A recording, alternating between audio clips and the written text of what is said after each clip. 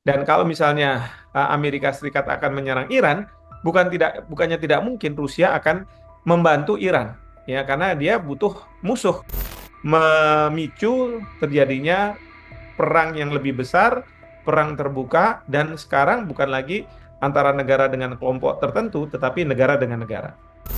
Taruhannya itu bukan Amerika Serikat melawan negara besar, tapi taruhannya adalah Perang Dunia Ketiga Ya. terjadi dan senjata pemusnah massal nuklir itu akan berseliweran.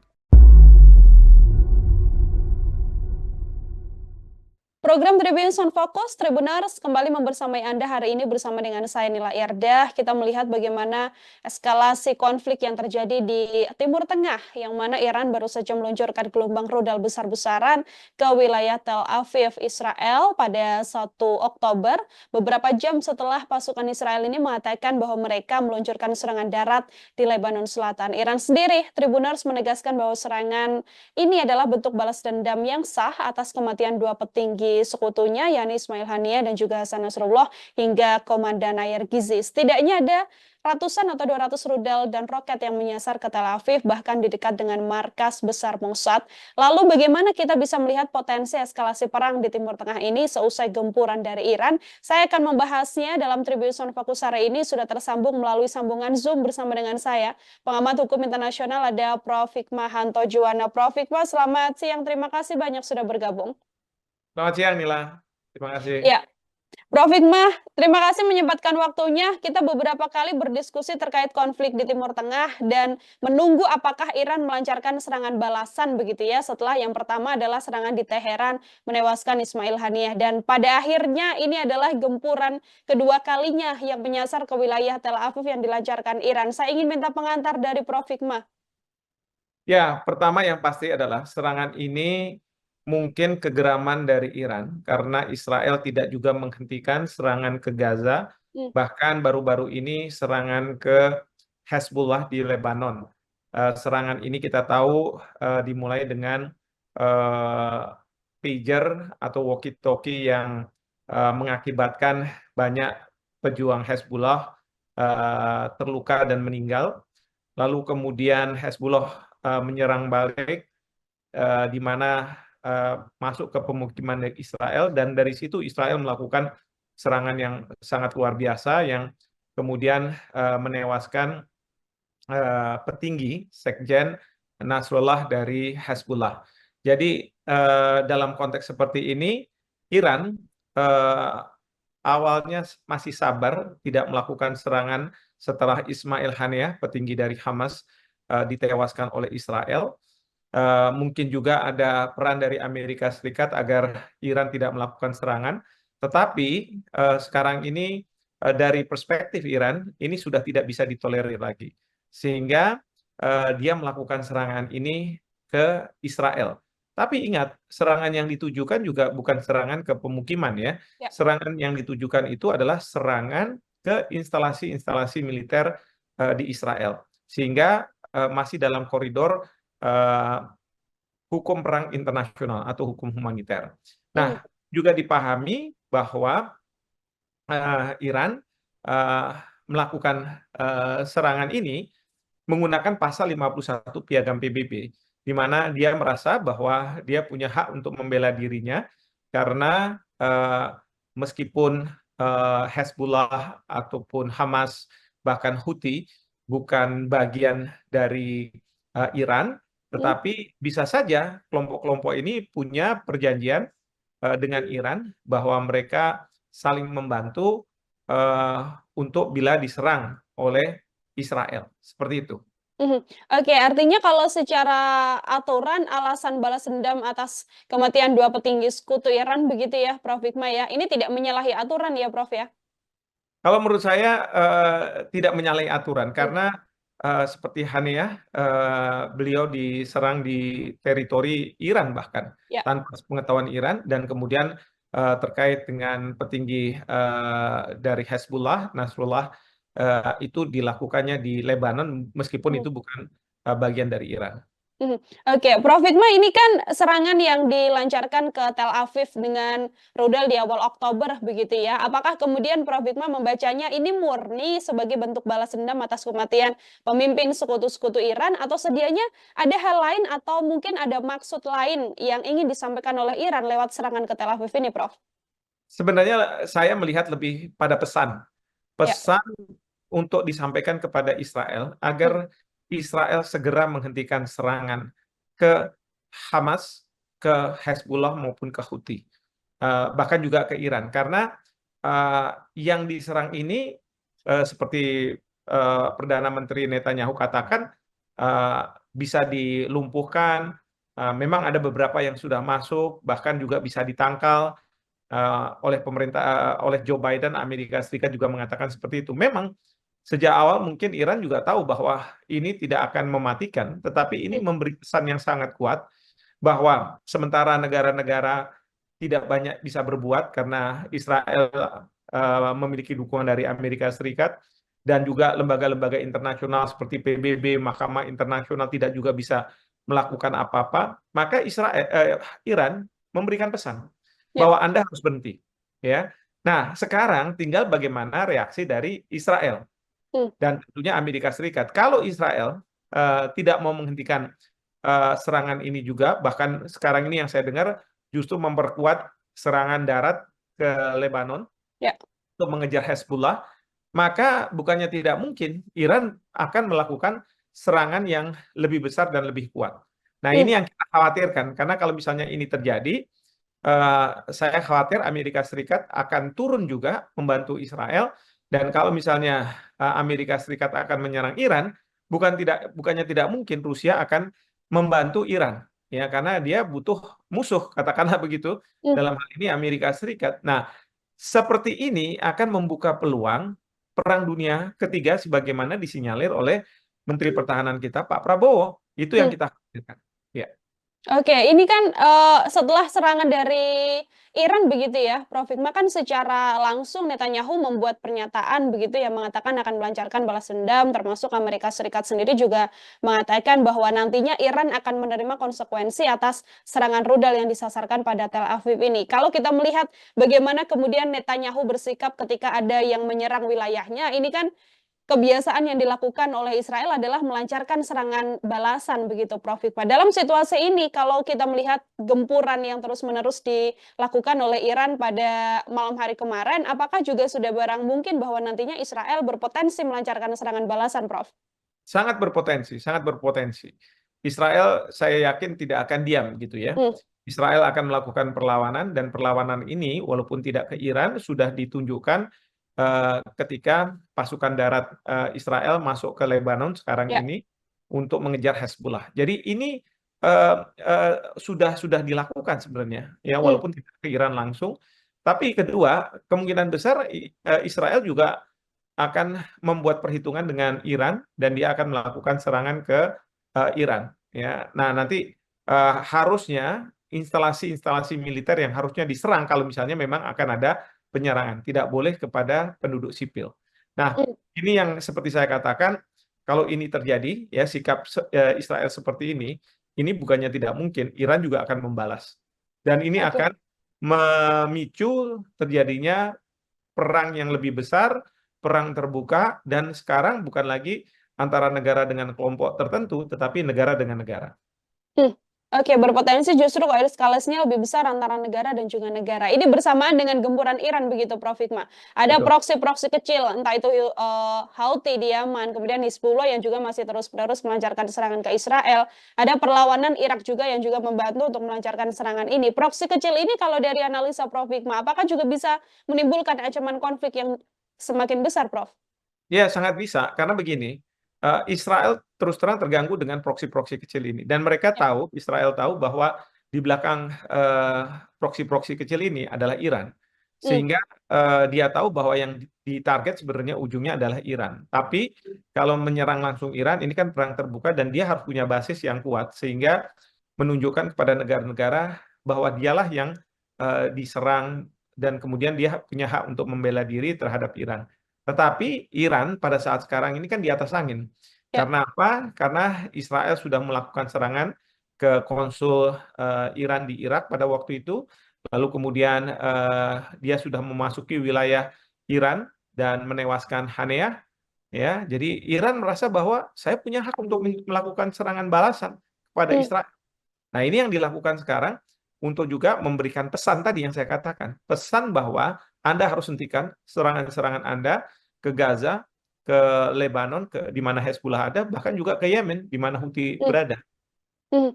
Adakah upaya yang kemudian bisa terjadi dalam situasi ini, Prof. Hikmah, meredam agar Netanyahu begitu ya atau Israel kemudian tidak melancarkan serangan balasan ke Iran karena kita tahu apabila sudah diserang Iran tidak akan mungkin tinggal diam saja, Prof. Ya, ini semua akan bergantung pada Amerika Serikat. Hmm. Ya, kalau Amerika Serikat mengatakan bahwa dia tidak lagi mendukung Israel, sebenarnya sudah selesai. Karena Israel dengan percaya diri yang sangat tinggi melakukan serangan-serangan dengan amunisi yang mereka punya, bahkan juga dibantu oleh Amerika Serikat karena di belakangnya ada Amerika Serikat. Hmm. Nah, disinilah perlunya upaya sebenarnya kita Indonesia untuk berkomunikasi dengan pemerintah Amerika Serikat bahwa ini harus selesai karena ini akan eh, menuju kepada Perang Dunia Ketiga kalau tidak ditangani dengan baik. Dan kita serahkan kepada pemerintah Amerika Serikat. Amerika Serikat bisa saja apa namanya melakukan proses di mana secara konstitusional Perdana Menteri Netanyahu diturunkan, dan kita tahu Amerika Serikat pandai lah kalau untuk hal-hal seperti ini. Hmm. Tapi dia harus menghadapi lobby-lobby Israel, maaf, lobby-lobby Yahudi yang selama ini selalu meminta pemerintah Amerika Serikat untuk selalu melindungi Israel. Karena pasti lobby-lobby Yahudi akan tidak mau. Dan kalau misalnya ini tidak dipenuhi oleh pemerintah Amerika Serikat, maka perekonomian Amerika Serikat ada dalam keadaan bahaya karena Hmm. mayoritas perekonomian dipegang oleh lobby-lobby Yahudi ini. Hmm. Mereka-mereka warga negara Amerika Serikat keturunan Yahudi. Oke, ada Amerika Serikat yang kemudian menjadi kunci begitu ya, Prof. Hikmah ya, untuk bisa Betul. meredam eskalasi yang terjadi di Timur Tengah ini. Apakah kemudian dengan eh, sejumlah negara yang kemudian mendesak Amerika Serikat begitu ya untuk kemudian meredam apa yang saat ini terjadi di Timur Tengah. Ini powernya juga cukup besar untuk bisa mempengaruhi negara sebesar adidaya Amerika Serikat begitu, Prof. Hikmah? Sekarang permasalahannya bukan negara besar yang akan mengimbangi Amerika Serikat, Ya. tapi apakah Amerika Serikat mau dunia ini semua hancur? Hmm. Nggak ada yang menang. Karena apa?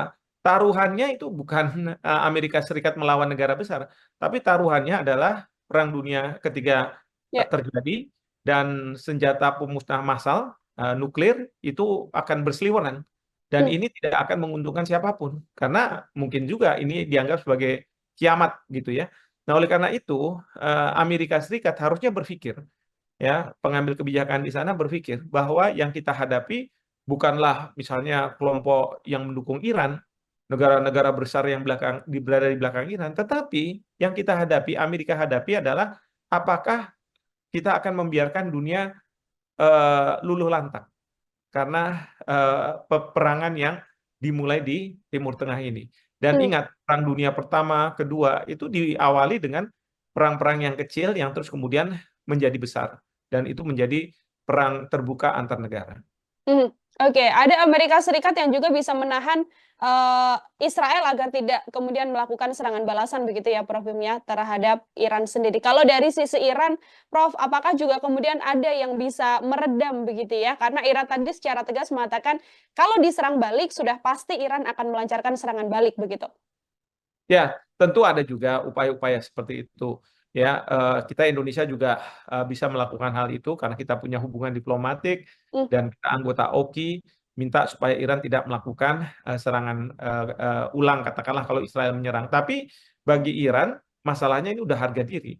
Bagi Ya. Iran, ini masalahnya adalah eh, kalau Israel tetap melakukan serangan ke Gaza, ke Lebanon, ke Hezbollah begitu ya, lalu mereka bilang, eee, Anda meminta saya untuk berhenti, tapi Anda membiarkan Israel untuk melakukan tindakan genosida. Mmm. Itu tidak sesuatu hal yang adil, ya kan?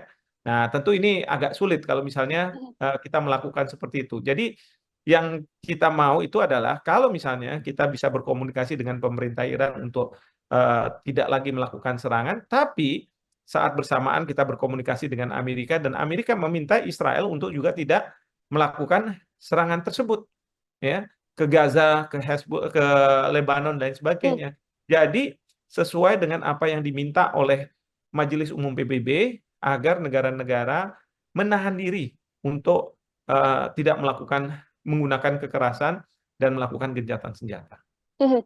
Oke, ini, di tengah bagaimana upaya Israel yang berkemungkinan begitu ya Prof Hikmah ya, bisa melancarkan serangan ke Iran, tadi Prof juga sempat menyebut sudah dilakukan serangan darat ke Lebanon sendiri, di satu sisi Lebanon baru saja kehilangan pemimpin tertingginya begitu Prof Hasan Nasrullah. Apakah di situasi ini, ada power atau masih ada upaya dan kekuatan bagi Hizbullah untuk bisa melancarkan serangan atau mungkin menahan gempuran dari Israel, Prof Hikmah?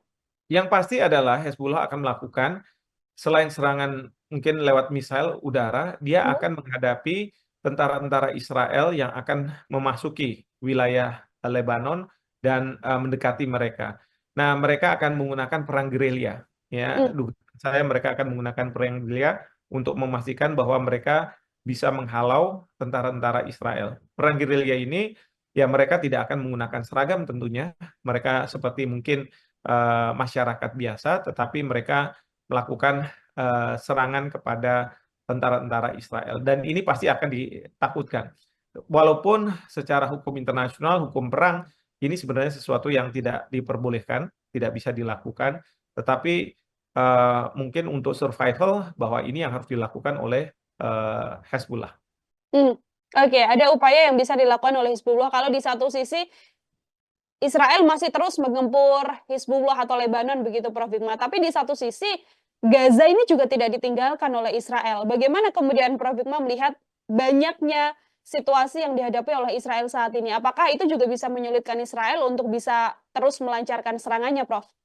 Ya sangat menyulitkan karena dalam saat bersamaan dia punya 2 titik, Mmm. bahkan mungkin juga tidak 3 titik sama Houthi, mungkin juga sama Iran, yang harus dia hadapi. Belum lagi kalau misalnya ada negara-negara lain yang bersimpati juga melakukan hal yang sama. Ini yang Ya. eee, Israel sebenarnya menggali kuburannya sendiri, ya, tidak bisa dipersalahkan karena masyarakat internasional sudah menyerukan agar Israel menghentikan serangan-serangan yang dilakukan ke Gaza.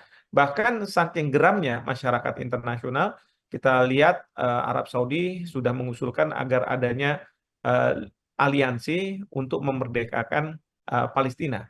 Mmm. Lalu kemudian juga Uni Eropa melakukan hal yang sama. Jadi ini bukan masalah cuma dunia Islam saja, ya di Timur Tengah saja, tetapi juga sudah ke berbagai negara, bahkan kalau kita lihat Amerika Serikat, masyarakatnya, mahasiswanya, juga mereka minta pemerintah Amerika Serikat untuk melakukan tindakan, melakukan intervensi, sehingga Israel menyudahi serangan mereka ke Gaza, dan Mhm. sekarang juga ke Lebanon.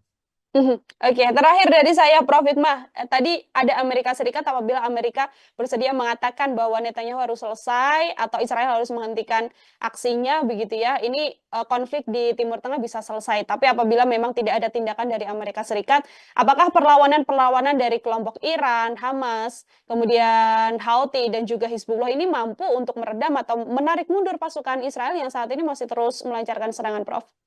Ya kita belum tahu ya, bagaimana kekuatan katakanlah perang gerilya yang dilakukan oleh Hamas, oleh Hezbollah, ya apakah itu akan mampu untuk memukul mundur? Karena biasanya perang seperti ini asimetris, kita Mhm. tidak bisa melihat kekuatan Israel dibandingkan dengan misalnya kekuatan-kekuatan yang dimiliki oleh Hezbollah atau Hamas. Nah, karena mereka mungkin kekuatannya juga sangat minim, tetapi dengan perang gerilya ini, bukannya tidak mungkin mereka bisa memenangkan peperangan itu. Contoh Vietnam, Vietnam Utara ketika berhadapan dengan tentara Amerika Serikat yang punya perlengkapan yang sangat canggih dan lebih kuat, tetapi akhirnya Amerika Serikat kalah, mereka harus mundur. Nah ini yang kita tidak tahu. Oke, masih ada berbagai upaya yang kemudian bisa dilakukan, termasuk desakan dari sejumlah negara lain ya, Prof, ya, untuk bisa meminta Amerika Serikat untuk bertindak agar konflik di Timur Tengah ini juga redam, termasuk juga menghentikan segala aksi genosida yang terjadi di wilayah Timur Tengah. Prof Hikmat, terima kasih banyak untuk kesempatannya berdiskusi hari ini bersama dengan saya. Semoga di lain kesempatan ada waktu kembali, Prof. Terima kasih sekali lagi, selamat beraktivitas kembali, Prof Hikmat. Terima kasih, selamat sore. Selamat sore, bersama dengan pengamat hukum internasional Prof. Hikmahanto Juwana, Tribuners dalam Tribunnews on Focus hari ini. Saya Nila Irda, pamit undur diri. Terima kasih banyak dan sampai jumpa. Download Tribun X sekarang, menghadirkan lokal menjadi Indonesia.